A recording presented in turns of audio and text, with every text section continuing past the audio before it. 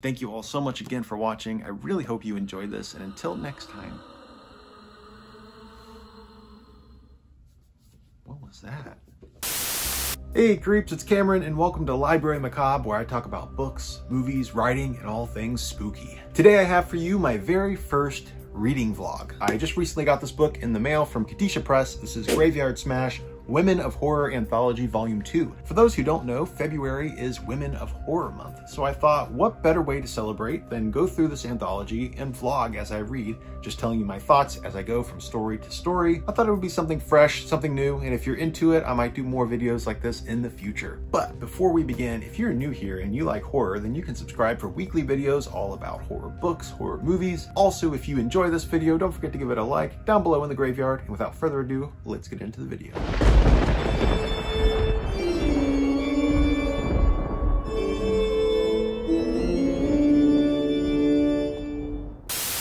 All right, so I'm about to dig into Graveyard Smash, and the first story is called Holes. I read the first paragraph here, and it looks like it's a story about tryphobia.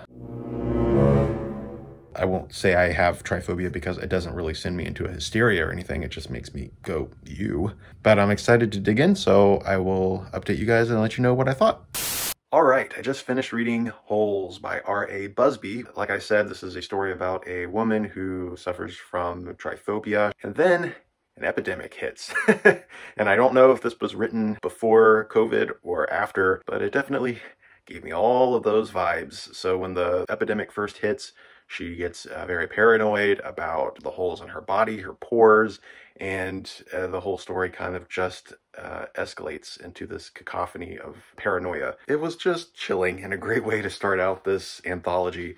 The next one is called Until There's Nothing Left by J.A.W. McCarthy.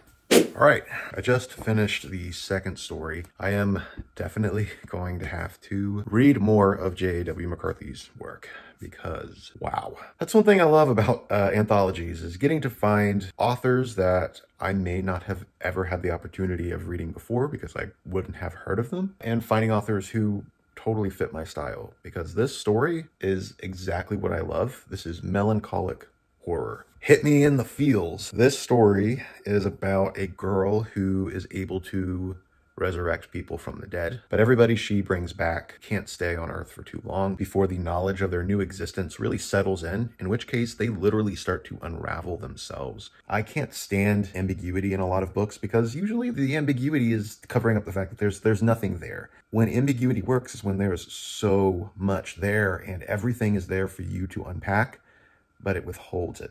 So that way you can think about it yourself. And I think this story does it really, really well. And the next story in the book is called Two's Company, Three's a Shroud by Catherine McCarthy. A different McCarthy. Three's a Shroud. I'm wondering if this is a mummy story. It's just a guess.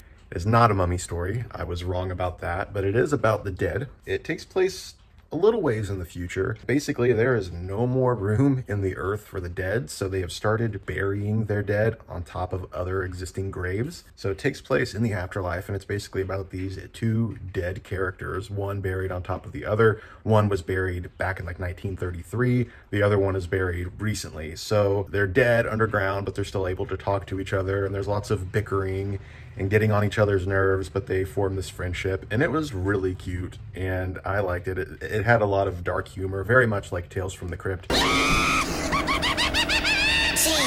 from the Crypt. Honestly, it's stories like that that give me a sense of peace when it comes to death. Like, if the afterlife is like that, then it's not so bad. So there's that story. The next one is called Smash and Grab by Demi Louise Blackburn.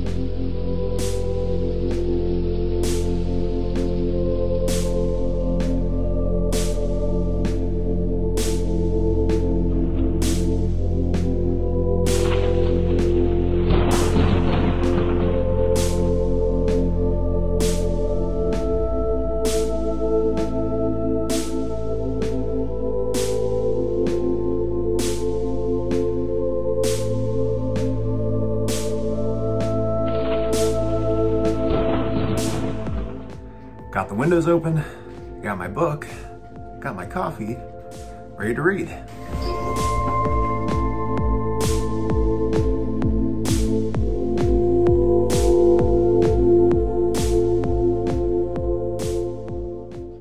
so I just finished Smash and Grab, and this follows a man picking up a life of crime in order to buy a gift for his daughter on her birthday, hoping that this gift will win back the affections of his ex-wife and that he'll be able to see his daughter again. He's picking up a life of crime in that he is now a grave robber. Could be worse.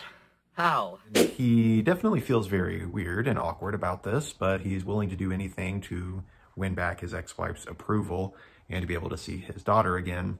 So he and his grave robbing buddy go to the cemetery one night, and some very strange things happen, and I'll just leave it at that. I said that the last story felt a bit like a Tales from the Crypt story. This one definitely did. I won't say that it's one of those stories that I'm going to remember a month from now, really, but it was fun while I was reading it. And the next story is called The Clockmaker, and this is by Sonora Taylor. I've heard a lot of good things about her work, so I'll be reading that next. All right, it is almost 11 o'clock at night. I'm about ready to go to bed. Instead of reading The Clockmaker, I went ahead and did some writing, and then I watched some Buffy and got distracted. So I finally read the story just before bed. The Clockmaker is a Victorian piece, so this one actually takes place in the late 1800s. And it's about a clockmaker, and he has just been contracted to make a pocket watch out of bone and pearl. He's having a hard time coming across the right kind of bone, so he decides to go to the graveyard and rob a grave and get the bone that way. And then the man wants another pocket watch, also made out of bone, and things just escalate from there. Sonora Taylor's writing is great. She is a phenomenal storyteller. Her writing's very traditional, at least it was for this story. Very straightforward, but also beautifully woven, and it just felt like a story from that time period. So those are my thoughts on The Clockmaker. The next story is Love You to Death by Yolanda Fetzos, I think. So I will read that tomorrow night after work, but right now I'm gonna go to bed because I am heckin' tired. Good night, bitch. Hey creeps, it's been a couple days since I talked to you, but I am still reading Graveyard Smash, and last night I finished reading Love You to Death by Yolanda Fetzos. This was a story about Greek gods, and basically they're hanging out at Hades, and a bunch of zombies descend on Hades and start attacking it, and they have to fight back against the zombies. While it was well written, it really wasn't my cup of tea. I'm not a zombie fan, and also the story felt more of like a dark fantasy overall with a lot of humor chucked in. So it just really wasn't what I was expecting or what I was in the mood for. So if you like dark fantasy and you like Greek gods and you want kind of a unique spin, then that will probably have you covered. But overall, it's not my favorite in the book so far. It is Sunday morning. I just woke up, took a shower, got the house cozy, and I'm going to spend the rest of the day just reading and vlogging about this. And we'll see if I can try to finish this today. I hope I can. It's a really rainy, dreary day today, so there shouldn't be very many distractions. So I'm gonna go make a cup of tea, I'm gonna reply to some comments on videos, and then we're gonna dig into Graveyard Smash.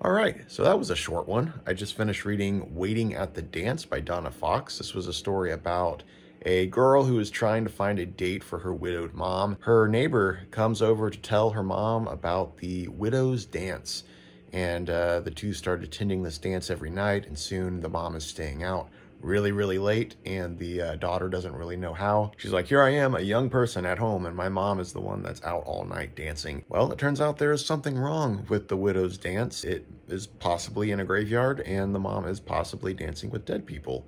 And there's a good reason behind it. There's something that she's looking for, but I don't want to spoil it. It took me a minute to figure out what the heck was going on. It kind of just places you in the middle of it right away, and you're trying to gather the pieces. Sometimes it's nice just to read a story that you don't really have to think hard about. It's just a person telling you a story, and I much prefer that. But it was still a really good story, and I'm excited to read the next one. Had to go grab a hoodie because I am cold. All right, so I just finished reading The Crumbling Grave by Cassidy Frost. I didn't really like this one as much as some of the other ones. This is about a homeless man named Dane who has made a temporary home for himself in the cemetery. One day, while he is resting, he witnesses a couple walking through the graveyard and they're in an argument. The guy ends up bailing and leaves his girlfriend alone. She winds up having a conversation with Dane, this homeless man, and since he doesn't really feel like he has a whole lot worth living for, she asks him for a favor: to kill her boyfriend. And the story from there definitely gets a little weird, and I had to read the ending a couple times to really get exactly what happened. So it's one of those stories like you kind of have to think about, but the fact that I had to read the ending a couple of times, I don't know, kind of took me out of it. So I didn't really like this story as much. Hopefully the next one can pick up. The next one is called Cicada Song by Michelle Renee Lane. All right, I'm a couple pages into Cicada Song, and I'm already loving it a lot more than the last story. It's about this girl who is basically taking care of her younger sister. Her sister is just incapable of taking care of herself. She refuses to grow up. She is mean and snotty and annoying. She brings a new guy home every single night, and the sister has to listen to that and can hardly get any sleep. She is a slob. She doesn't do any dishes or anything. She just sounds like a terror to live with. And there was this line that I really wanted to share before I finish the story. And apparently the mom of these two girls is very similar to this younger sister. And it says, "There was nothing more nauseating than watching Mom and Sadie sit in judgment of everyone in a world neither of them had the guts to participate in on a personal level. They had a lot of opinions about people, places, and things neither of them would ever experience firsthand." I just love that line. It is so relatable because we all know people like that, right? And I just felt it deep in my soul, and I'm like, yeah, that's very well put. All right, I just finished reading Cicada Song, and man, that was one mean-spirited story, but it was really, really funny, actually very darkly humorous. Girl hates her sister who she has to live with. She decides that she's gonna kill her. And it's not just her own mind that's telling her this. She's convinced that the cicadas outside her window are the ones telling her she needs to kill her sister. And so she does. And we get from there kind of a darkly humorous twist on The Telltale Heart. I really liked it, and I had to laugh at the end, even though the ending is really kind of mean-spirited. I myself am strange and unusual. I just read the next two stories, which were Templo Mayor by V. Castro and The Child by Carmen Baca. And my thoughts on both of these stories are pretty much the same. They're a little bit more in the way of dark fantasy / magical realism. But the first story, Templo Mayor, is more about like this pestilence on Earth.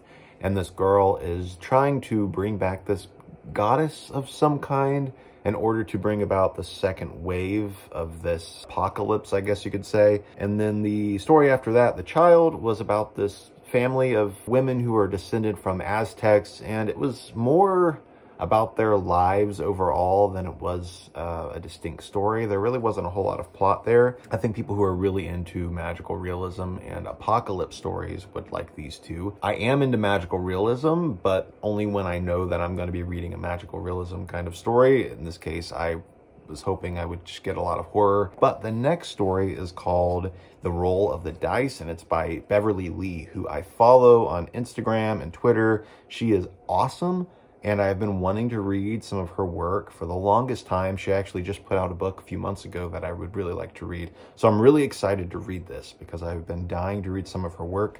Just finished reading The Roll of the Dice by Beverly Lee, and yes, that's what I'm talking about. This is the story of an imaginary friend, which I love stories about imaginary friends, but I really like when stories about imaginary friends do something a little bit different. And this story definitely does something different. There's a big twist that I don't want to give away, but it was very dark, very cool, very original, and I really liked it. That is The Roll of the Dice, and the next story is Reawake by Ellie Douglas. I am now a little over halfway through. Don't know if I'm gonna be able to finish this book today like I wanted to, but I'm gonna try. I'm gonna try to get as far as I can. But first, it stopped raining outside, so I think I'm gonna go for a little walk.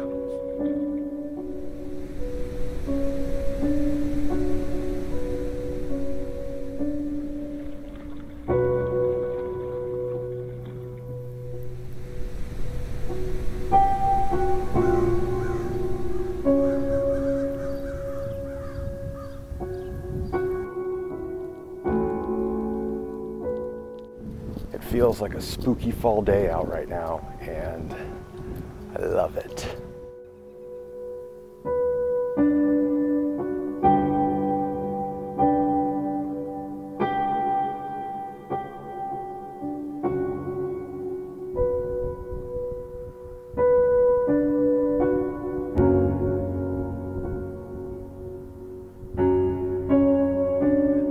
So my walk was every bit of 2 hours long, which I was not anticipating.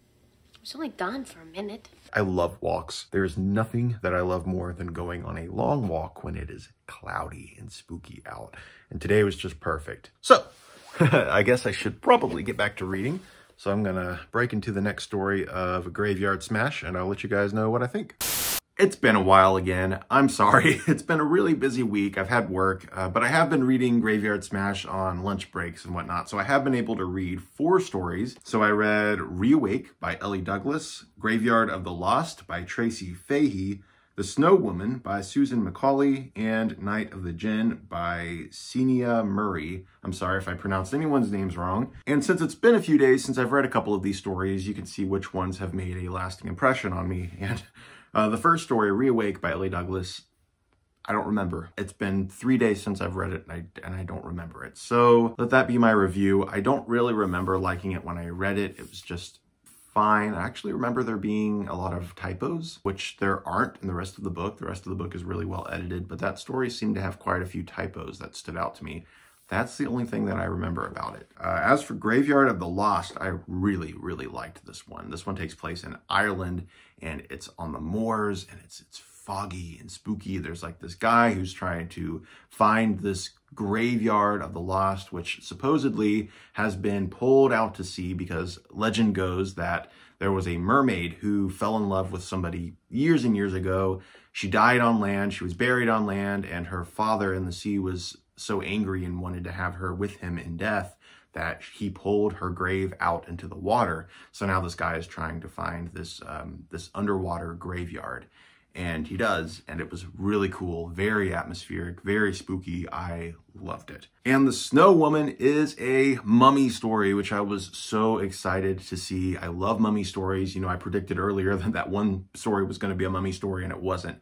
This one was, and it wasn't just your cliche Egyptian mummy story. This was a Japanese mummy, and I thought that was really cool. So I liked that story overall. The ending was kind of just like, nah for me, but I really loved the atmosphere, and I don't know. I'm a sucker for mummy stories. What can I say? Next we have Night of the Jinn, which was a lot of fun. It's about this group of Satan-worshipping teenagers that are just wreaking havoc in this graveyard, having a good time, and they decide, oh, we're going to sacrifice one of our own to Satan. Little do they know that a jinn is watching, and this jinn decides, you know what, I'm going to have a little bit of fun with these kids, and starts messing with them and turning them on each other, and it was just a lot of fun. Really, really dark, really messed up, but I loved it. I thought it was very funny at the same time. So the next story is called Don't Scream by Christy Eldridge. And I don't know, we'll see how it goes. I only have a few more stories left in this book. I think like 5 total, and one of which I've already read before, so I'll probably skip over that one. So yeah, overall, this has been a great read so far, and I will let you know what I think about the rest right now. Kidding, going on yet another walk, procrastinating like a pro, son of a bitch. All right, just got back from my walk, and I finished up Graveyard Smash from Kandisha Press. I read the last several stories. Of those stories, there were really only a couple that really stood out to me. The other ones didn't quite make an impression. It's not that they were bad stories, I just didn't really connect the same way I did to the other stories. And I might have been suffering a little bit of fatigue because there's a lot more in this book than you think. There are so many stories, and I have been trying to plow through them to get this vlog done. And if you pick it up, I would definitely recommend not binging through this and just taking your time with it, maybe reading a story every night before bed.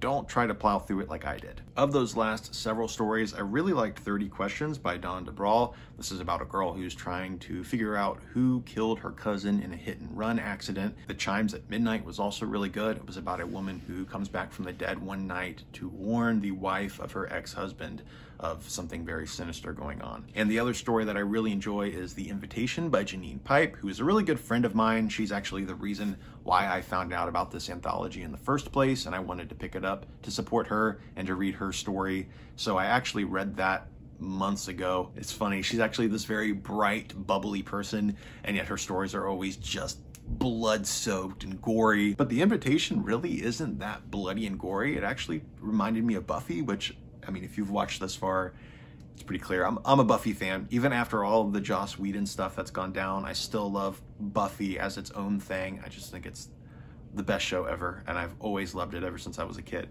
So I really enjoyed this story. I thought it was a lot of fun. But of course, as anthologies go, there's always going to be stories that you don't connect to as much as the others, and this was definitely like that. There are several stories in here that I would not reread, but there are a lot in here that I would visit again. This was also a great way to find out about authors that I had never even heard of before. And I mean, a lot of people are always saying we need more women writing horror, which, I mean, we always do, but there are a lot more out there than you even know who are writing horror and have been for the longest time. It's just a matter of trying to find these authors and track them down instead of rereading Shirley Jackson over and over again. And I think anthologies like this are really helpful because it does the work for you. It tracks down all of these authors, it gives you a taste of their work so that way you know which ones you connect to the most, and then you can go from there and seek out these authors' works further. And I just find this really helpful.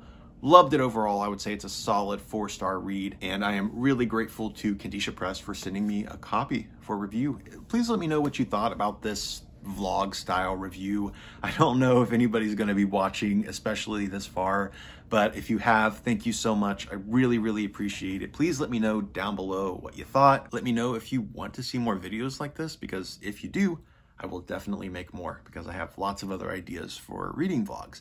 Anyway, thank you all so much for watching. Please don't forget to comment, rate, give me a thumbs up, please, because it lets YouTube know that you actually liked this video, because not liking it is pretty much the same thing as hitting the dislike button. It's the YouTube algorithm. It's all screwed up. We all know this by now. It would just really help me out if you could hit the like. Thank you all so much again for watching. I really hope you enjoyed this, and until next time.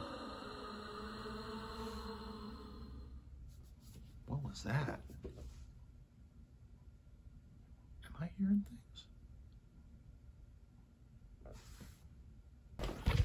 I am home alone, so I don't know what that was. It sounded like it came from in here, which wouldn't surprise me because weird stuff is always happening in this room.